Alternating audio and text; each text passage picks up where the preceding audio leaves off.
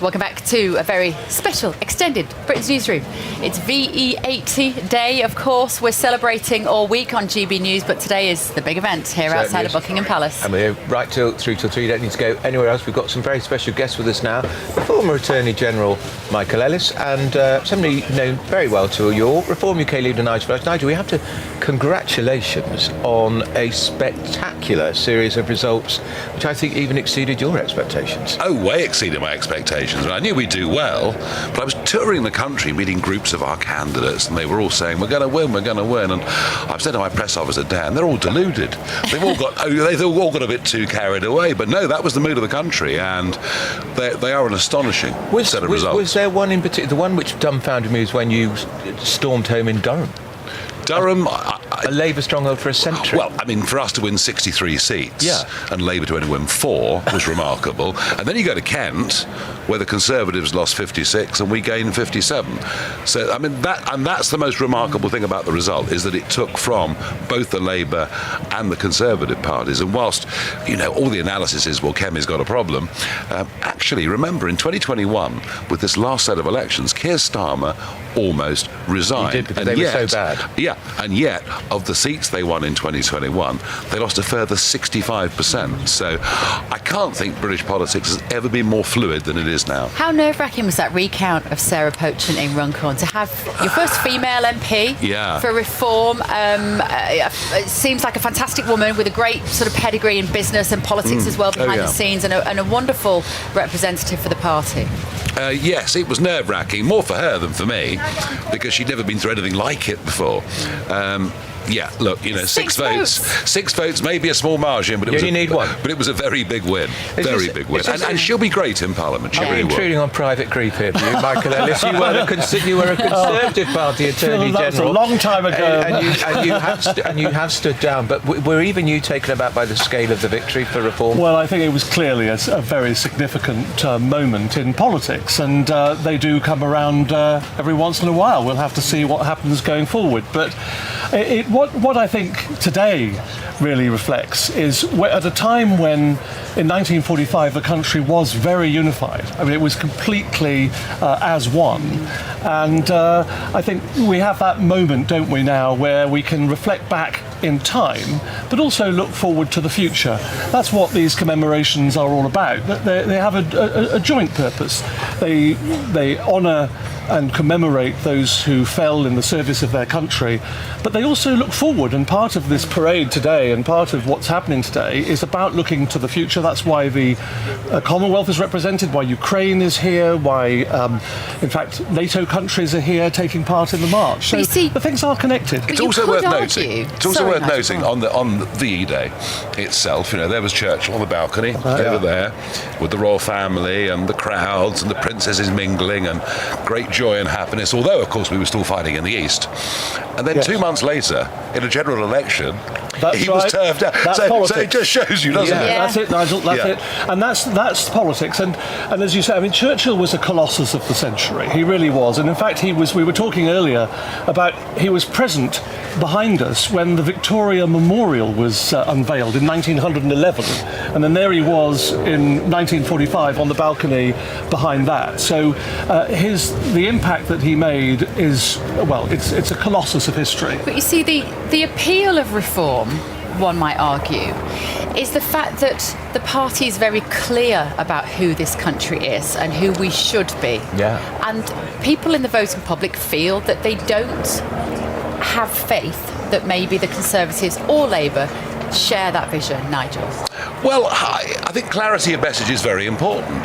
I think maybe one of the things I'm good at is expressing very clearly what I think, what I believe in, and people say, well, you know what? Whether I agree with that bloke or not, he looks like he actually means it. And I think that does go a long way.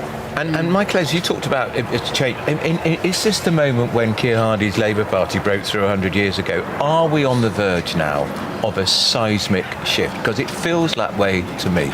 Well, it could be, but then we have seen seismic shifts before. I mean, politics is it's a very viscous thing, and it can change.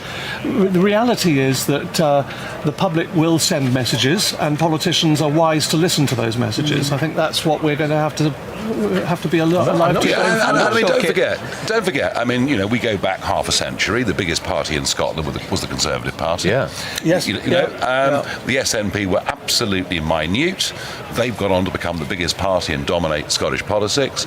If we'd sat here before the Belfast Agreement in Northern Ireland, the DUP were tiny. Sinn Féin in electoral terms didn't exist. They're now the two dominant parties. And the Gladstone Liberals, of course, they were a leading political force for centuries, and of course, First World War changed all of that, and the Labour Party emerged. So it's kind of, we've all grown up with two-party politics for 100 years, and we think that's normal. But actually, look around, things do change. Nigel, people might have expected, those who don't necessarily like you or like the Reform Party, for you to be sort of bragging a little right now, to bask in this success. That's not the message that we seem to be picking up on. You seem to be sort of quite reserved, I would say, now, because the challenge starts now for those councils. Well, of course, we have the challenges that we run outright 10 councils. We're the biggest party by some margin in 4 others, and we'll have to find a coalition or get some defections or whatever it is. And we will be in charge of budgets totaling billions of pounds, and we've got to show that we keep our word. The promises that we've made. So there is a sense of responsibility. But I'll tell you what, the last time really in England a party tried to break the mould, it was the SDP. Yes. But the SDP was led by some very big figures. Shirley Williams, Roy Jenkins. These were David Owen. These were very, very big national figures.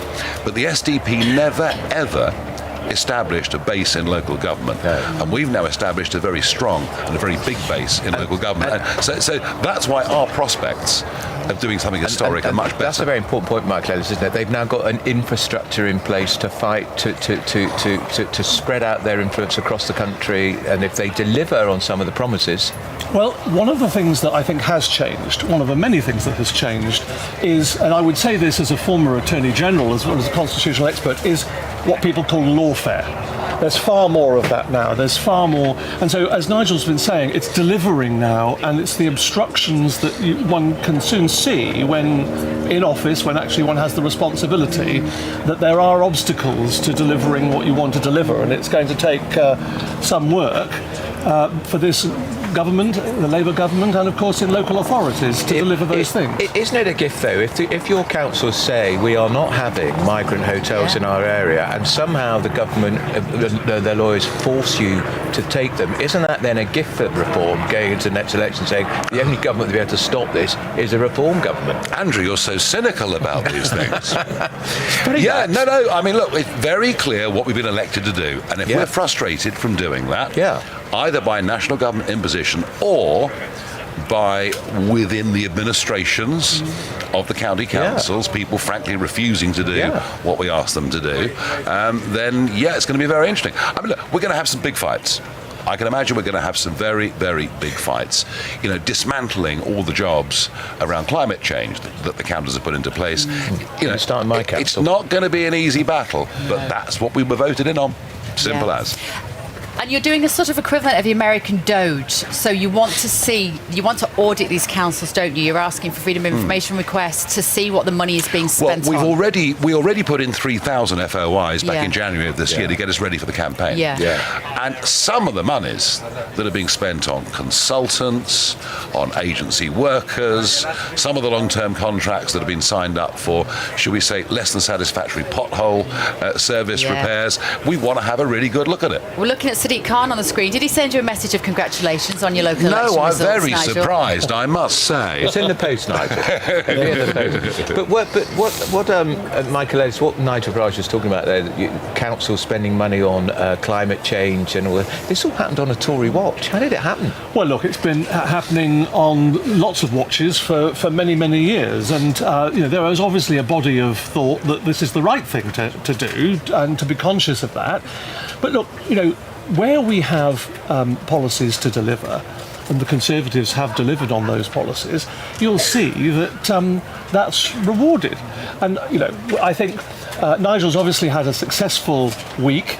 And I think we'll have. I don't currently speak for the Conservative Party, as you know. I'm a former politician. But what I would say is, Kemi Badenoch's been in for 6 months.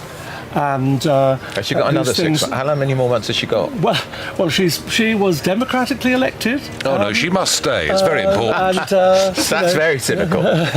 You'll have to have her on and ask her all about it. Yeah. But joking, you're desperate for her to stay, Nigel, because you think she's a busted flush. Well, there are two problems. I mean, one, she's got no real impact, and most of the public don't even know who she is. Yeah. Of course, there's a percentage of the public that watch GB News, that buy newspapers, but there's an awful lot that don't, and that's just the way the world is. No, her problem, even if she was, a phenomenal leader, the problem the Conservative Party has got, it's desperately split. I would say at least half their MPs really ought to be Liberal Democrats. Yeah. And that split's been there. And really, they haven't recovered from the Brexit referendum. That fault line that was exposed by the referendum is still there. It's still very, very strong. Yeah. It is. And today, Nigel, let's just talk about this. I tell you who looks very impressive is the Major General there on his horse. I think we see him there. We've got a very impressive lineup, Bev, coming up with the VE Day procession, because I think that what's happening now is they're listening to a melody of music from the 1940s, and in the next few minutes, the Garrison Sergeant Major, Warrant Officer First Class Stokes, who I think you had on your show earlier today, he's going to salute the Major General, and this is the General Officer Commanding London District, General Bowder, and you'll see him being saluted, and when he takes off on his horse, he won't literally take off, of course, but even though his horse is called Jumping Jack, we're hoping it won't do the jumping today, but then you'll see him lead the procession. There'll be 1,300 military personnel behind him, and we expect that to start in the next few minutes after the reenactment of a speech that Winston Churchill gave all those years ago that marked VE Day. It was the balcony of the Department of Health, which is now the Treasury, I think. That's right. That's exactly right. We can hear. I think we've just seen the King. So the King and Queen Camilla just went past behind us. And there was cheers from the crowd, and he was waving, no doubt. They're heading into Buckingham Palace. Yeah, and he'll be joining be on that raised platform very shortly. I think from what I could just about see, it looked like maybe Queen Camilla has a very round, large hat on. What I could just see from the window. I could see her waving for a moment. I thought it might be. Well, let's hope it's well tied down, because it's quite breezy out there. Quite cold out here. Yes. It is chilly. Nigel, one might think as years go by, maybe these commemorations become less relevant. However, I was making the point earlier that it has never been more important to have an understanding of our national identity. Do you feel the same way? Yeah, I do. I mean, I have to say, I'm feeling older myself. When I first started drinking in the village pub, virtually everybody in there had been in World War II, and now there aren't very many left. I attended the 80th anniversary of the armistice in Ypres with the Queen and the First World War veterans, and that was a big moment. This is probably the last significant time.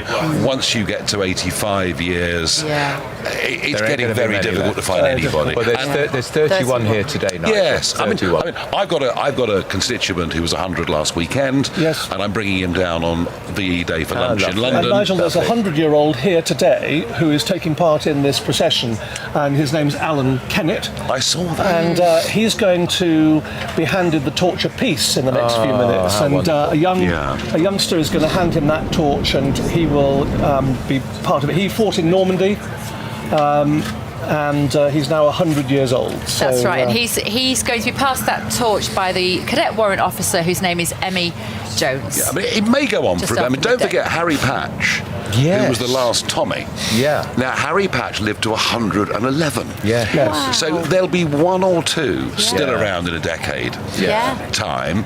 But to actually have an event, this really is the last of them. Yeah. I must say, I met a 104-year-old this morning, and I think he'll still be around in 5 years' time. Yes. He was dealing with it. Yes.